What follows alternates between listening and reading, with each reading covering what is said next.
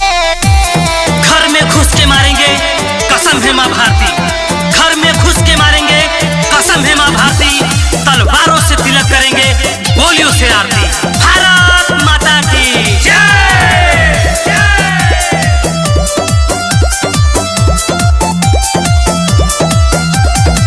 चढ़ल बा जवान नशा तो के आज उतारे के, आज उतारे के।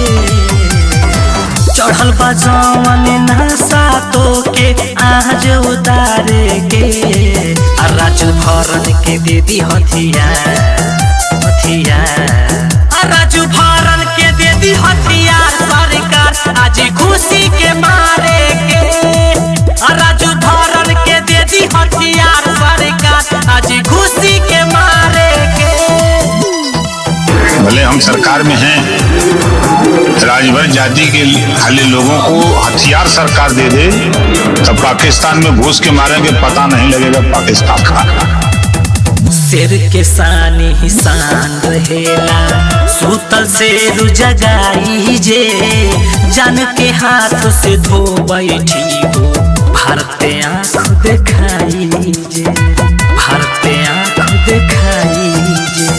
शेर के सानी ही शान रहेला, सूतल शेर जगाई जे, जान के हाथ से धो बैठी हो भारत आँख देखाई जे। पापी पाकिस्तान के खून से पाँव पखारे के। राजू भरन के दे दी हथियार, हथियार। राजू भरन के दे दी हथियार सरकार आज खुशी के मारे के। राजू भरन के दे दी हथियार सरकार आज खुशी के मारे के। तुम हिंदू मुस्लिम करोगे हम भाईचारा लाएंगे, तुम हिंदू मुस्लिम करोगे हम भाईचारा लाएंगे। तुम भीख मांगते रह जाओगे हम विश्व गुरु कहलाएंगे। दुनिया के भूगोल बदल जाई, भीख न मिली खाए के। धर्म पूछ के मरले बाटे, मौका न मिली पछताए के, मौका न मिली पछताए के। दुनिया के भूगोल बदल जाई, भीख न मिली खाए के। धर्म पूछ के मरले बाटे, मौका न मिली पछताए के।